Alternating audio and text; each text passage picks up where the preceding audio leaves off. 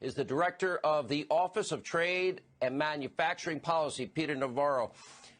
Of all that China did, the fact that they shut down the travel, we'll get to the profits here, within China, from out of Wuhan to China or from China to Wuhan, but left it open to the world, they knew how bad it was. They let the world get sick and die, and they protected themselves. Yeah, the Chinese might call it the 4 kills, the killing of Americans. Let's walk through it. They spawned the virus, probably in that P4 lab right there in China. And then they hid the virus behind the shield of the World Health Organization. And, Sean, what that did over a 6-week period is allow hundreds of thousands of Wuhanians basically to get on aircraft and seed the world.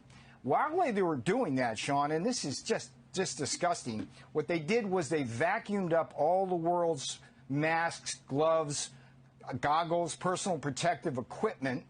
2 billion masks, Sean, 2 billion masks. That's why in Milan, New York, and other places, our people didn't have them. And now, Sean, you know what they're doing? What they're doing is profiteering from this crisis, charging prices for a 50-cent mask of $3, $4, $5 and more, and sending us counterfeit tests. That's the 4 kills, the killing of Americans and people internationally. And what's puzzling to me is why the mainstream media and the national Democrats don't get that. The Pew poll that came out today, Sean, was the most stunning affirmation of President Trump's leadership.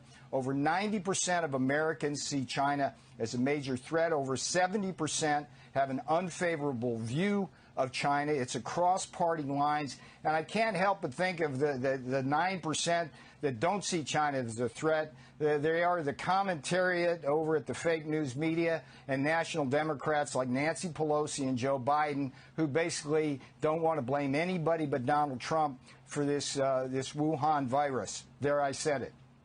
Well, it's sad, but you'd think this would be an all-hands-on-deck moment. Obviously, it's not for a lot of people, but they